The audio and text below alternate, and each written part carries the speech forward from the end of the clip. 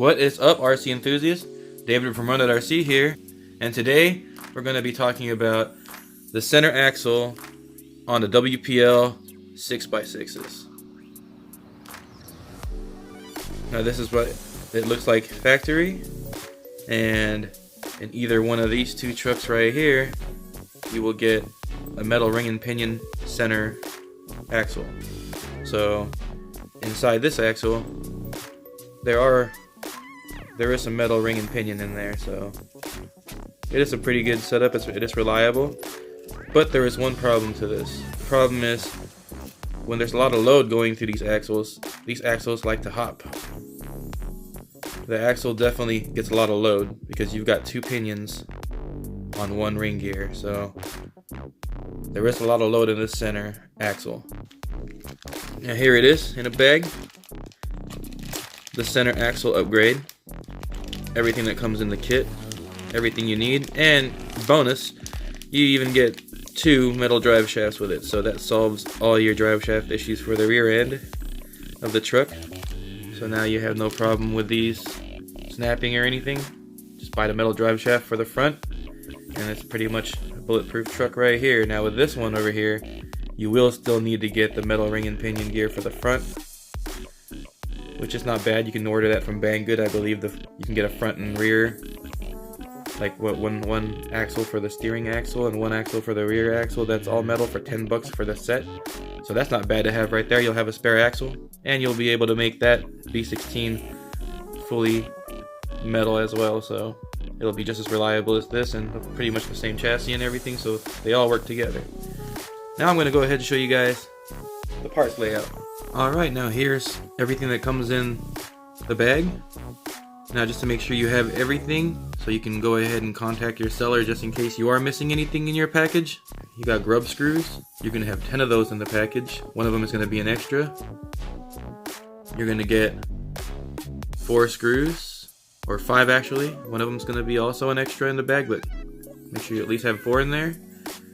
Then you're going to get these 2 pieces right here that are where all your gears are gonna be housed in. Of course, the rear cover part right there. Then your axle halves. Then you're gonna get your axle shaft. Then you're gonna get the smaller shaft, the bypass shaft. And then you're gonna get 2 little hexes. You're gonna get 4 of these little barrels, and 4 of these pins right here, and 4 of these drive shaft ends. And you're going to get 4 retaining rings, and then you're going to get 2 of these shafts and 2 of these shafts to connect to each other. And you will have 8 bearings right there, and you'll have these 2 gears right here, and your ring gear and your pinion gear. So if you have all that in your package, then your package is complete. Well, today I'm going to show you how to assemble this upgrade, and after assembly I will also touch base on why this upgrade is good and why I recommend it. So stay tuned for that, and we'll go ahead and start this build. First off, don't forget you're going to need your waterproof grease for this job. You're going to be greasing up every single metal part that's on here pretty much, except for the drive shafts.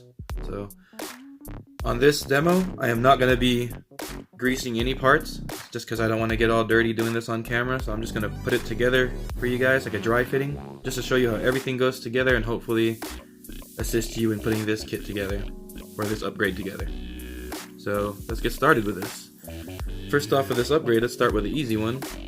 We'll go with an actual shaft right here. It's gonna go in this way.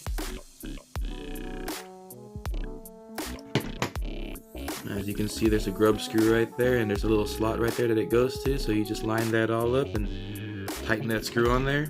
I do recommend use some blue Loctite for this. You do not want these parts coming apart as you're driving.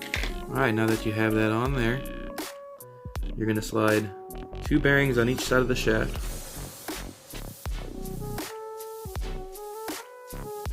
Now that you got that in there, you're going to grab these little hexes, little wheel hexes, You're going to put a grub screw in there with some Loctite as well. And it's going to go into there. Go ahead and tighten those. I'm going to do both of them for you real quick.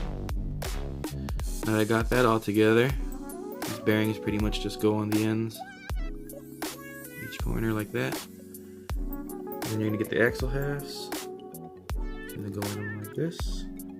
Make sure you got the bearings all in the right place. This one's bearings on the right. There you go. So you got all the bearings in the right place there. You can close this axle half. Just like that. Now remember, all the bearings, that shaft in there, you're going to grease all that with waterproof grease. And now we're going to go to the bypass shaft, onto this shaft right here. You're going to notice that it's got two grooves closer to each other than the other one. You're going to want this installed this way. You put a grub screw in there with Loctite, like so. Now we're going to install the pinion where it belongs. Now you're going to grab this center half of your case. Oops. That right there. Then you're going to get one of your bearings. It's going to go in the center right there. And then your pinion's going to go through. Make sure to grease all that. Pinion goes through there. Then you're going to get this other gear right here. And that's going to slide into there. Like so. Let me button that up for you guys.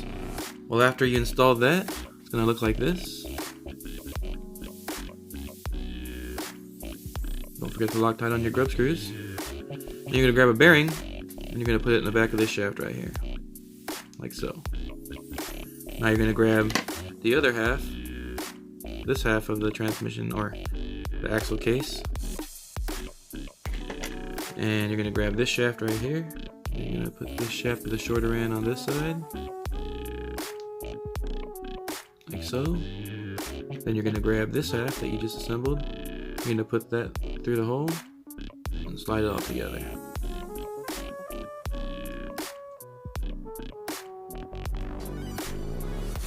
And it just presses together like so. And boom, now you got that part assembled.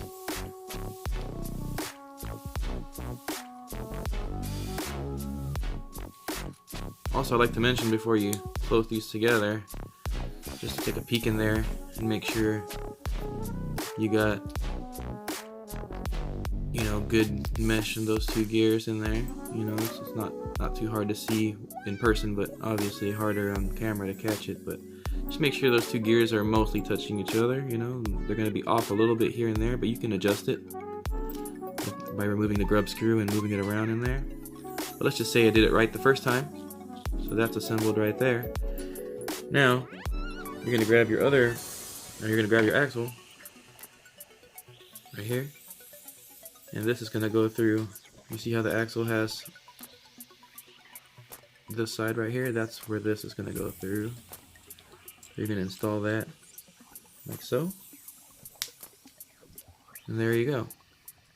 That's fully installed. All you need is your diff cover. I already installed the screws in this one. Just run it through. There you go, just run that through. And your last two bearings are going to go on the output shafts. Like so.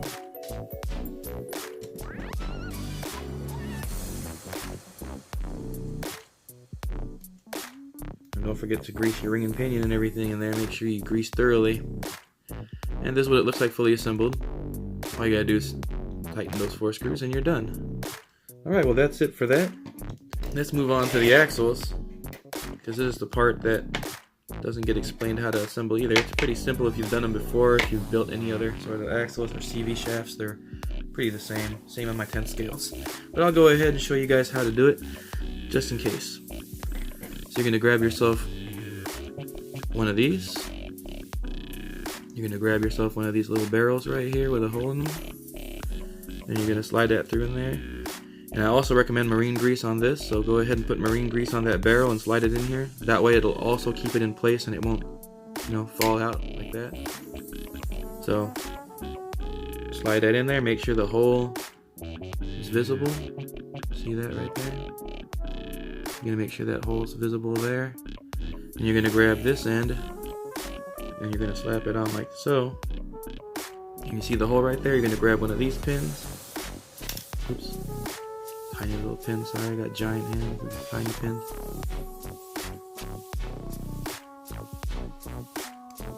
And there you go. Once you get that hole in that pin, careful when you're rotating it like this, it'll slide back out. You can see I have that hole in that pin. Now you're going to grab one of these retaining rings, slide it through here, like so. And then you're going to grab a part of it. And while making sure the pin in there doesn't come out, you're going to go in circles until you get this retaining ring all the way around. And there you go. Once the retaining ring's on there, it'll capture that pin. The pin won't go anywhere. Now you got one half.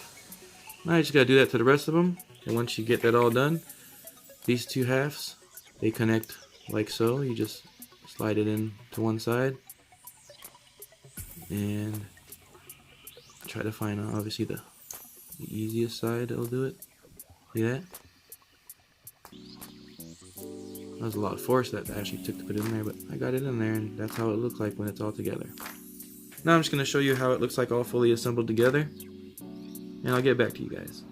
Okay, now that's this all together, and now you just got to install your shafts, and that just goes with a grub screw as well onto this part. So, make sure those bearings are in there. And yeah, once you get those grub screws aligned with the slot right here, just tighten that, you're good to go. Well, there you go, fully assembled center axle, upgraded version. As you can see, both these shafts spin the exact same way now. Yeah, you're probably going to have to turn this around the other way to get it to spin the right way. But I'll let you know if that's the case or not, but I'm assuming that would have to be the case. And yeah, so yeah, that's the upgrade. Pretty much relieving the load from your center axle and making everything run a lot smoother. And why I recommend this upgrade, and I like it so much, not only does it distribute the load through all your axles, it also lifts the drive shaft angle, so your drive shaft angles are going to be a lot less, and you also do get these metal drive shafts with it. So now you're going to replace these plastic shafts right here, which I have a metal one here that I can transfer to the front now, and I will have full metal drive shafts throughout, full metal gears inside, and this thing should be pretty reliable that way. Next upgrade on this, maybe a 2-speed. We'll wait for that to come in the mail. But yeah, for now, I do recommend this upgrade. It's a very, very quality upgrade. Sorry, my hands are dirty now because I touched those drive shafts right there. They're all oily. So yeah, I do recommend this upgrade. It is worth it. I got these for $18 each. And most of the time you can't even get these drive shafts for less than 12 bucks. So $18, I've got a whole updated drive line, smoother, no more jitters, and hopefully more fun and more play. Well, alright guys, you guys have a great day today. Have fun out there and go run that RC.